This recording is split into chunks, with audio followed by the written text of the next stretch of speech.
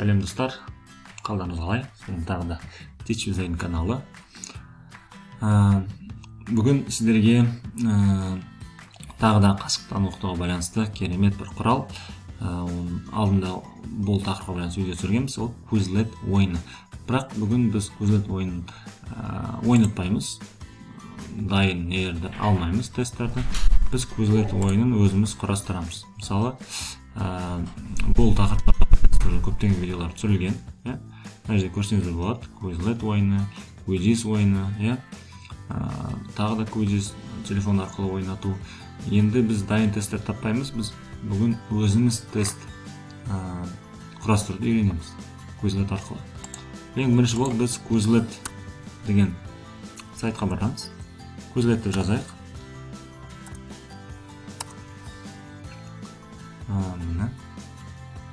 Ең бірінші Quizlet, үстіне басайық. Quizlet.com деген сайтқа. Егер сіз тіркелмесеңіз, тіркеліп алыңыздар. Өйткені бұл күнде сұрай бермейді сізге. Міне, осындай сіздерге шығады Quizlet. Біз не істейміз? Зарегистрироваться деп басамыз мына жерде. И сіздерге ұсыныс продолжить Google деген, немесе Facebook арқылы тіркелуге болады. Бұл арқылы тіркелмесеңіз, басқа жолы бар. Жерде туған күніңізді, имя пользователя, почта, пароль жазып тіркелсеңіз болады. Басқа поштаңыз арқылы. Бірақ ең оңай жолы продолжить Google деген. Бір рет тіркелсеңіз, сосын не істемейсіз. Каждый раз үстіге шықпайды, тіркелді. Google аккаунт таңдаймыз. Бұл мен тіркеліп қойғам, естіп көрдім. Өшінде біздің профиль тұрады. Бізге қазір, мысалы, алдында қалай ойнату керек. Көрдіңіздер ме? Sell, Mitosis деген дайын уже нелер, мен ең соңғы ойнатқан тесттер өшеге бар. Сіздерге көрсеткен кезде. Бізге қазіргі уақытта ең маңызды ол создать деген батырман басу керек.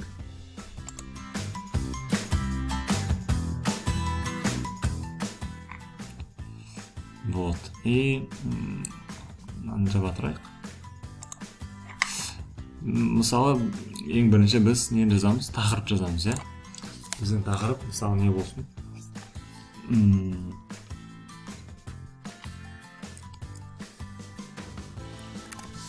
Фрукт деп болсын. Фрукт. Астына біз жаңағы фрукты туралы описание, description, түсініктеме жазамыз. Тест ішінде не бар? What is fruit, мысалы. Не жазыңыз келеді, жаза бересіз. Тест көрген адамдар тест не туралы екен, өшені оқып көре алады. Мысалы, fruit types, фруктлардың түрлері, и так далее. Керек болса, өшеге біз не істейміз? Фото қоса аламыз. Мысалы, басайық. Выберите изображение дейді. Мысалы, мынау болсын, Тесті ойнаған адамдар, оқушыларыңыз осы суретті көре алады,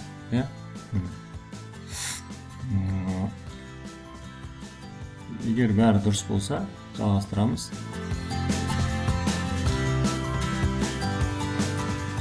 Жерде давай карточку деген батырмаға басамыз. Мысалы, сіз балаларға Quizlet деген ойын неге арналған? В первую очередь Quizlet терминдарды оқытуға арналған. Сол үшін бізде всегда не болады? Карточкалар болады. Біз балаларға қандай сөздер, терминдер оқытып жаттасын қаласақ, осы жерден уже сол терминдер жазып қоюымыз керек. Мысалы, бүгін фрукты несі болғаннан кейін, тақырып болғаннан кейін, біз фруктларға байланысты ең маңызды терминдерді осы жерден жазып қоямыз. Мысалы, банана. Оның определениясы, анықтамасы осы жазылады. Banana is, мысалы, не дейміз? Ол не ол екен, осы жерге жазып қоямыз. Is yellow fruit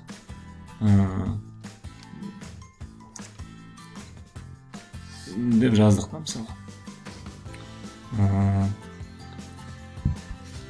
Тағы не описаниесінде жазсақ болады. Long, ұзын десек болады. And өте тәтті, tasty, дәмді жаздық. Керек болса, ол жерден біз не істей аламыз? Оның изображениесін, фотосын қоса аламыз. Үстіне басу керек болды.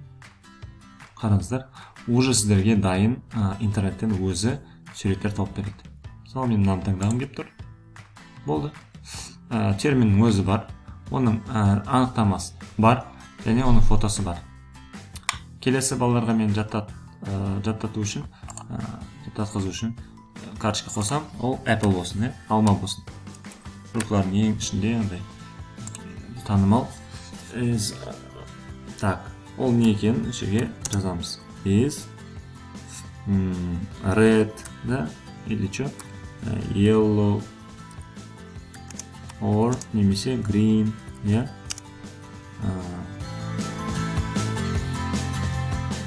қандай формасы бар? Spherical, домалақ деген сияқты формасы бар. Fruit, жаздым, мысал. Оның бәрі мысалы, главное түсінсеңіз болды. Бұл жерде бірінші терминнің өзін, екінші терминнің анықтамасын, қазақша, орысша, немесе өзіңіз білесіз, ағылшынша жаздық. Сіз балаларға, именно осы балалар анықтамасын үйрену үшін оны істеп жатсыз. И изображение жерге басамыз, оны фотосын қосу үшін. Quizlet'нің жақсы жағы, ол уже сізге керек суреттерді ағылшынша дұрыс жасаңыз, тауып береді. Таңдадық, түсінікті деп ойлаймын. Термин жазамыз, анықтамасын береміз, балалар именно осы анықтамасын жаттап алсын, білсін деген анықтаманы береміз. Және балалар фото болған өте жақсы көреді, сол үшін фото қосуды ұмытпаңыздар. Бұл жерде біз не істей аламыз? Өзіміздің карточкаларымызды удалить ете аламыз. Немесе мынақты екі сызықша бар, сұрақтардың ретін ауыстыра аламыз. Мысалы, қараңыз, былай ұстайсыз да, ауыстырасыз. Былай аласыз, үстіге немесе астыға былай жылытсаңыз болады. Көрдіңіз ба? Мынау сызықшаға басып тұрасыз, ұстайсыз. Сөйтіп жылытады. Түсінікті деп ойлаймын. Керек болса карточкаларыңызды қоса бересіз. И мына жерде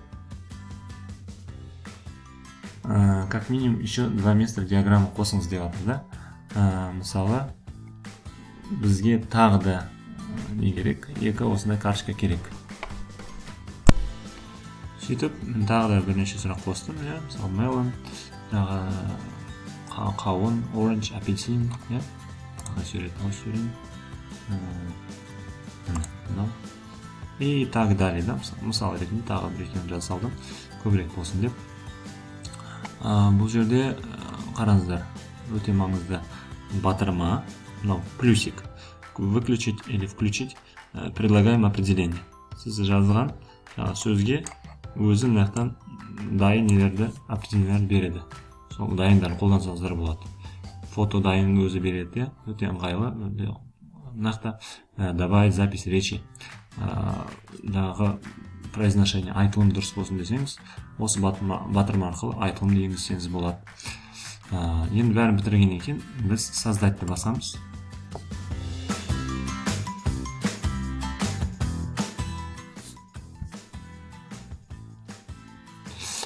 Енді қараңыздар, бұл тест дайын болғаннан кейін біз мына жерде дайын сілтеме аламыз да, копировать ссылканы басып, оны WhatsApp, Telegram арқылы өз балаларымызға жібере аламыз, оқушыларымызға.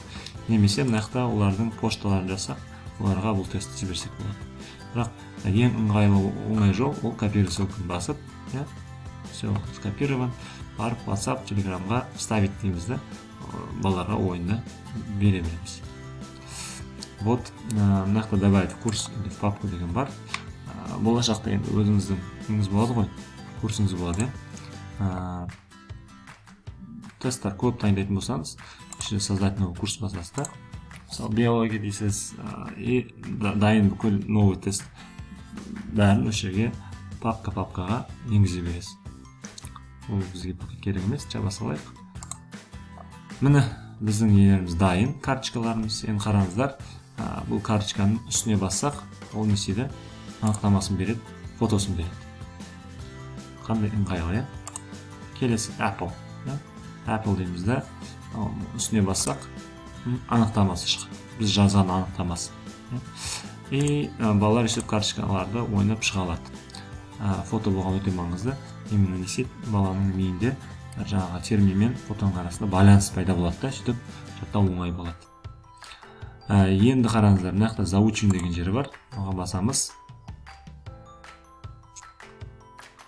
Міне, бұл жерде анықтама беріледі, фотосы беріледі, және балдар не істеу керек? Дұрыс вариантты астынан таңдау керек. Міне, orange. Дұрыс. Мынау мысалы не істейді? Дәмді, өте үлкен, ол не ол? Мелон. Сөйтіп балдар жаттайды. Мына жерде қанша сұрақ қалды, қаншаларын уже ол істеді, жақсы біледі, соны көрсетеді. Енді түсінікті деп ойлаймын, назадты басайық. Письмо бар бұл жерде. Письмоның ішінде балдар өздері сіз берген суретпен анықтамаға қарап, дұрыс жауапты, сіздің терминді жазу керек. Банана деп қояйық. Ответ. Правильно, дұрыс. И мына жерде бассақ, оның дұрыс айтылымы шығады. Banana. Banana. Көрдіңіз ба? Дальше. Сұрақ шықты, мен жауабын жаздым. Бастым. Дұрыс емес шықты, сөйтіп ойната береміз. Мысалы, Apple. И бастық. Правильно шықты. Сөйтіп мына бізде көрінеді, қанша қалғанын, қанша дұрыс деді, қанша дұрыс емес деді, қанша қалды. Бұл именно письмоны дамытады, балалардың терминдерді өздері жазуы. Мына пайыздар көрінеді. Насколько біз не істедік? Үйреніп алдық. Правописание басамыз. Бұл жерде правописание балдарға сіз ең басында аудио енгізіп, сол аудионы, мысалы, банана деп өзіңіз жазсаңыз, бұл жерден сіздің даусыңыз шығады, банана деген. И балдар естіген сөзді жерде жазады. Бұл жерде уже не істейді? Баланың естілімі, listening дамытады. Енді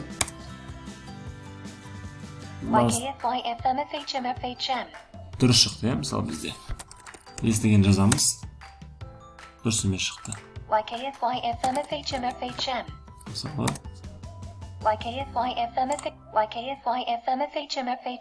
Түсінікті деп ойлаймын. Бұл жерде сіз берген аудиолар ойнатылады. Сол аудионы не істейсіз? Балдар естігеннен кейін соны өшеге жазу керек. Бұл жерде прогресс көрінеді, қанша дұрыс, қанша дұрыс емес. Бұл listening дамытады. Правописание. Одан кейін тест бар. Ең оңай, көп қолданатын, ол тест. Мысалы, бірінші, мынау не ол? Балдар оны өз сөзімен жазу керек. Ол мелон депті. Мынау не ол? Ол red.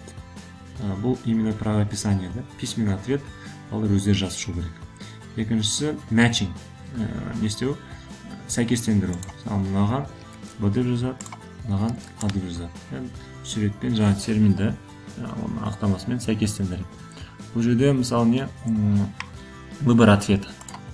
Дұрыс емес варианттар таңдайды. Бұл жерде дұрыс, верно, неверно, дұрыс, бұрыс деген тапсырма. И мысалы жаздық. Бәрін примерно басып жатырмын мен. Проверь ответі басады сосын. Көрдіңіз ба? Мақта уже не істейді? Дұрыс емес болса, көрсетеді неправильно деп, и дұрыс жауабын тоже өз береді. Бәрі дұрыс, тестіміз қателерді көрсетеді. Өте жақсы, ыңғайлы құрал. Соңында қанша пайыз алған көреді. Бала сіз берген тапсырманы өзі үйінде бар ойнай берсе болады. Қандай ыңғайлы, дұрыс емес сұрақтармен сосын жұмыс істесе болады. Енді бәрі түсінікті болды деп ойлаймын. Бұл өте оңай. Мынақта керек болса, балалармен ойын ойнатсаңыз болады. Онлайн, сұрақтарыңыз болса жазыңыздар. Сіздерге пайдалы болды деп сенемін. Аман болыңыздар. қош сау болыңыздар. Қараған үшін көп рахмет. Лайк басыңыздар.